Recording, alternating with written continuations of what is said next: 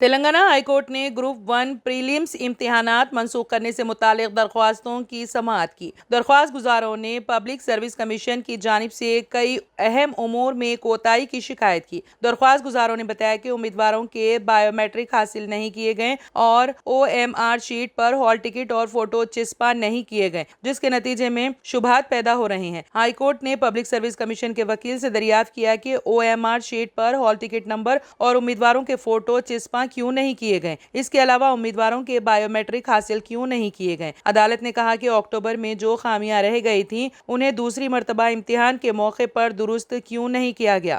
عدالت نے امتحانات کے شفافیت کے ساتھ انعقاد کے لیے اقدامات سے متعلق سوال کیا۔ کمیشن کے وکیل نے امتحانات کی تیاریوں کی تفصیلات بیان کی اور کہا کہ گروپ 1 پریلیمز کے انعقاد پر کسی بھی امیدوار نے اعتراض نہیں جتایا ہے۔ عدالت کو بتایا گیا ہے کہ OMR پر فوٹو چسپاں کرنے کے لیے کمیشن کو 1.50 کروڑ کا اضافی خرچ آئے گا۔ عدالت کو بتایا گیا ہے کہ آدھار کو بطور شناختی کارڈ تسلیم کیا گیا۔ عدالت نے کہا کہ امتحانات کے انعقاد کے لیے اضافی خرچ سے زیادہ اہمیت اس بات کی ہے کہ امتحانات مکمل شفافیت کے ساتھ منعقد کیے جائیں اور اس کی ذمہ داری پبلک سروس کمیشن پر عائد ہوتی ہے۔ عدالت نے دریافت کیا کہ امتحان کے لیے امیدواروں سے فیس حاصل کی جا رہی ہے یا نہیں۔ عدالت نے پبلک سروس کمیشن کو جوابی حلف نامہ داخل کرنے کی ہدایت دیتے ہوئے نوٹس جاری کی ہیں۔ 3 ہفتے بعد دوبارہ سماعت مقرر کی گئی ہیں۔ سدی پیٹ ضلع دوباک حلقہ assembly Congress party incharge Cheruku Srinivas Reddy نے کانگریس قائدین کے ساتھ مل کر دوباک بس اسٹینڈ چوراستہ پر وزیر اعلیٰ KCR کا پتلا نظر آتش کیا۔ اس موقع پر چیروکو سرینیواس ریڈی نے BRS پارٹی کو تنقید کا نشانہ بنایا اور کہا کہ یوم تاسیس تلنگانہ تقاریب جو ریاست بھر میں منا رہے ہیں، ان تقاریب سے کروڑوں روپے برباد کر رہے ہیں۔ ان کروڑوں روپیوں سے کسانوں کا قرضہ معاف کر سکتے تھے، بے روزگار نوجوانوں کو روزگار فراہم کر سکتے تھے۔ ان روپیوں پیسوں سے غریب کسان کو خودکشی کر لیے ہیں، ان کے اہل خانہ کو ورثہ کی مدد کر سکتے تھے، لیکن وزیر اعلیٰ KCR کو ان تمام فلاحی کاموں کی فکر نہیں ہے، بس اپنی پارٹی کے پرچار کے واسطے ان تقریبات کو منا رہے ہیں۔ عوام کے کروڑوں روپیوں کو اپنے ذاتی مفاد کے خاطر خرچ کر رہے ہیں۔ عوام ان تمام چیزوں کو بغور دیکھ رہے ہیں۔ آنے والے دنوں میں عوام ہی BRS پارٹی کو سبق سکھائیں گے۔ کانگریس کی حکومت ہی آئے گی تو تمام طبقات کو فلاح بہبود کے اسکیمات سے استفادہ کرنے کا موقع ملے گا۔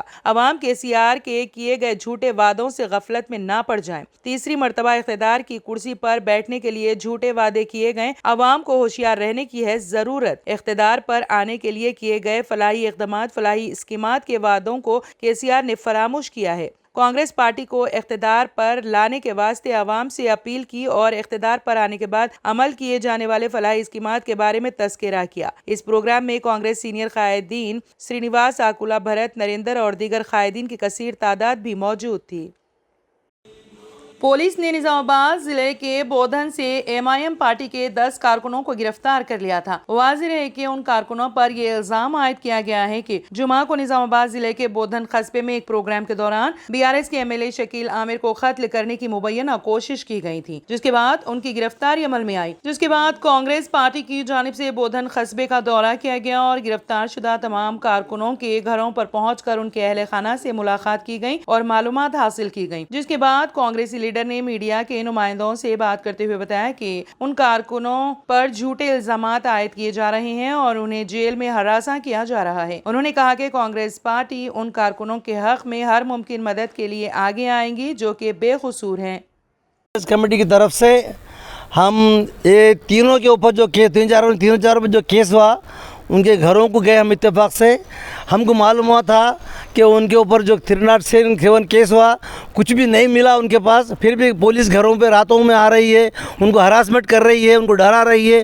وہ لوگ ڈر و دہشت کی حالت میں سو نہیں پا رہے، کھا نہیں پا رہے، وہ لوگ ہم کو معلوم ہوا تو ہم ان کے گھروں کا دورہ کرے۔ آج سمیر کے گھر پہ گئے، عادل کے گھر پہ گئے، الطاف کے گھر پہ آئے، کونسلر کے ایک سے نوید کے گھر پہ، ان کے گھروں پہ ہم گئے تھے۔ یہ لوگ ان کے جو کاؤنسلرس ہے وہ وہ لیڈی کاؤنسلر سے وہ لیڈی کاؤنسلر پریشان ہیں کہ ہمارے بچوں کو غیر ضروری غلط الزام لگا کے ان کو اندر کیا گیا، ان کو ظلم کر رہے ہیں، ان کے اوپر پولیس والے انٹراگیشن میں ان کو 3rd ڈگری لگا کے انٹراگیشن کر رہے ہیں، وہ لوگ پریشان ہیں، ان کے والدین ان کے پیرنٹس پورے، اس لیے ہم ان کے گھروں کو جا کے بات کر کے آئے ہیں۔ حقیقت میں ہم معلوم کریں کہ بھئی ہے کیا، کہ آپ کے پاس کچھ ایسا ہتھیار ہے کیا، ان کو ایسا کچھ ہتھیار سے ظلم کرے کیا، ان کے اوپر حملہ کرے کیا؟ تو وہ لوگ بول رہے ہیں ہم ہتھیار سے حملہ نہیں کرے، نہ کسی سے حملہ نہیں کرے، صرف ہماری جو ہم کو جو پبلک پوچھ رہی وہ ہم ان کو پوچھے، بھئی ہم پبلک ہم کو پوچھے ڈبل بیڈ روم باہر لوگوں کو مل رہا ہم کو نہیں ملا، تم کیا کر رہے بول، تو ہم اس کے بارے میں پوچھے، اور ڈیولپمنٹ کے بارے میں پوچھے، ڈرینس کے بارے میں، روڈس کے بارے میں پوچھے۔ اس میں ذرا تھوڑا تو میں ہونا تھا کیا، انہوں نے اتنا بڑا ہمارے پر کیس لگا کہ ہمارے بچوں کو پریشان کر رہے۔ ہم پریشان نہیں بول کے مہیلا پریشان ہے، گلیاں پریشان ہیں، پورے وارڈ پریشان ہے، یہ کیا ہو رہا ہے؟ آج تک بہت دن کی تاریخ میں ایسا نہیں ہوا، بہت سے ایم ایل او پہ حملے ہوئے، بہت سے پتھراؤ ہوا کاروں پہ، لیکن ایسا کسی کے اوپر کیس نہیں کیا گیا۔ آج معمولی بات کے اوپر ان پر بڑے بڑے کیسز لگا کے پریشان کر رہے ہیں۔ ہم ان سے بات کرنے کے بعد ہم یہ درجے پہنچے ہیں کہ اگر کچھ ضرورت پڑے تو کانگریس پارٹی کی طرف سے انصاف کے واسطے، ان کے حق کے واسطے ہم لڑنے کے لیے تیار ہیں، ان کے ساتھ دینے کے واسطے۔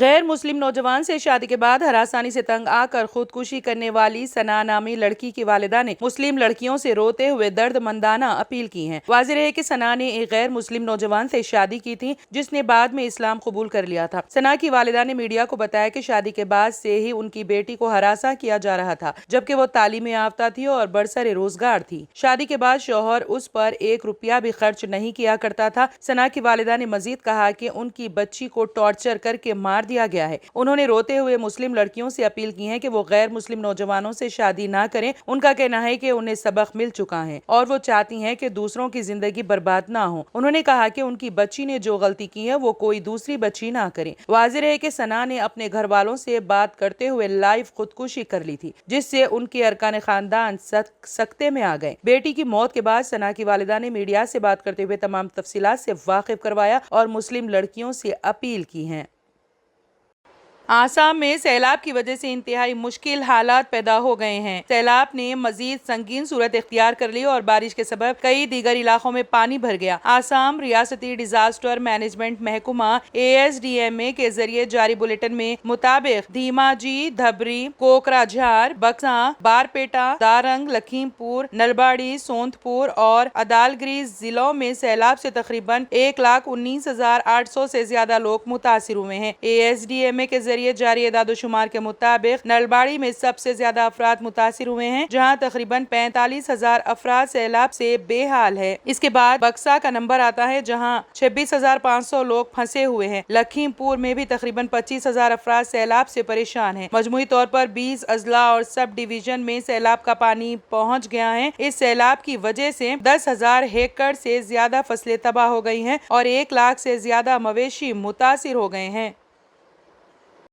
ریاست اتراکھنڈ کے ہریدوار میں مسلمانوں کو عید منانے پر کھلے عام دھمکیاں دی جا رہی ہیں۔ ٹویٹر پر ایک ویڈیو وائرل ہو رہا ہے جس میں ایک شخص کو بھڑکانے والا بیان دیتے ہوئے واضح طور پر دیکھا اور سنا جا سکتا ہے۔ وہ کہہ رہا ہے کہ شہر کے کسی نالے سے خون بہتا نظر آئے تو مجھے یا میری تنظیم کے لوگوں کو بتائیں، پھر ہم بتائیں گے کہ عید کیسے منائی جاتی ہے۔ اس شخص کا تعلق کس پارٹی سے ہے فوری اس بات کی تصدیق نہیں ہو سکی، لیکن اس کے گلے میں کیرول رنگ کا کھنڈوا دیکھا جا سکتا ہے۔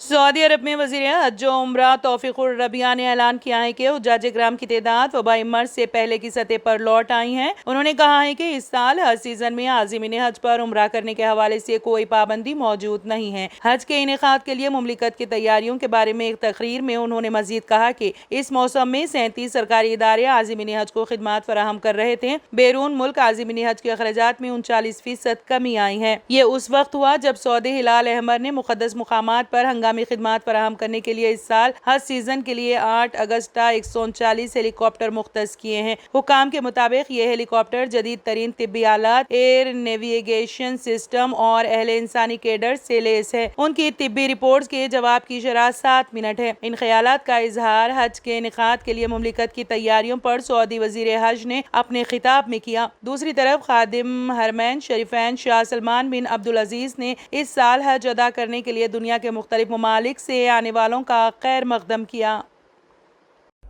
امریکی کوسٹ گارڈ نے بتایا ہے کہ لاپتہ آبدوز کی تلاش کے دوران ٹائٹینک جہاز کے قریب سے اس کا ملبہ ملا ہے۔ بحر اوقیانوس میں لاپتہ ٹائٹین آبدوز کے پائلٹ اور مسافروں کے بارے میں خیال کیا جاتا ہے کہ وہ ہلاک ہو چکے ہیں۔ اس سے قبل امریکی کوسٹ گارڈ کا کہنا تھا کہ لاپتہ آبدوز کی تلاش کے دوران ٹائٹینک جہاز کے قریب سے ملبہ ملا ہے۔ لاپتہ آبدوز کی آپریٹنگ کمپنی اوشین گیٹ نے کہا ہے کہ ان کا خیال ہے کہ آبدوز میں سوار تمام مسافر علمناک طور پر گم ہو گئے ہیں۔ کمپنی نے ایک بیان میں کہا کہ اس دکھ کی گھڑی میں ہماری ہمدردیاں ان 5 مسافروں کے اہل خانہ کے ہر فرد کے ساتھ ہیں۔ ہم اس حادثے پر تعزیت کا اظہار کرتے ہیں۔ آبدوز ٹائٹینک جہاز کا ملبہ دکھانے کے لیے اتوار یعنی 18 جون کی صبح بحر اوقیانوس میں 8 گھنٹے کے سفر پر روانہ ہوئی۔ ٹائٹینک کا ملبہ کیپ کوڈ سے تقریباً 1450 کلومیٹر مشرق میں اور سینٹ جانز نیو فاؤنڈ لینڈ سے 644 کلومیٹر جنوب میں واقع ہے۔ اگر آپ نے ہمارے چینل کو ابھی تک سبسکرائب نہیں کیا ہے تو یہاں پر ریڈ کلر کا سبسکرائب بٹن دکھ رہا ہے، اسے کلک کریں اور ہمارے چینل کو سبسکرائب کیجیے اور ساتھ ہی ساتھ بیل آئیکن کو بھی کلک کیجیے جس سے آپ کو تازہ اپڈیٹ ملتی رہے۔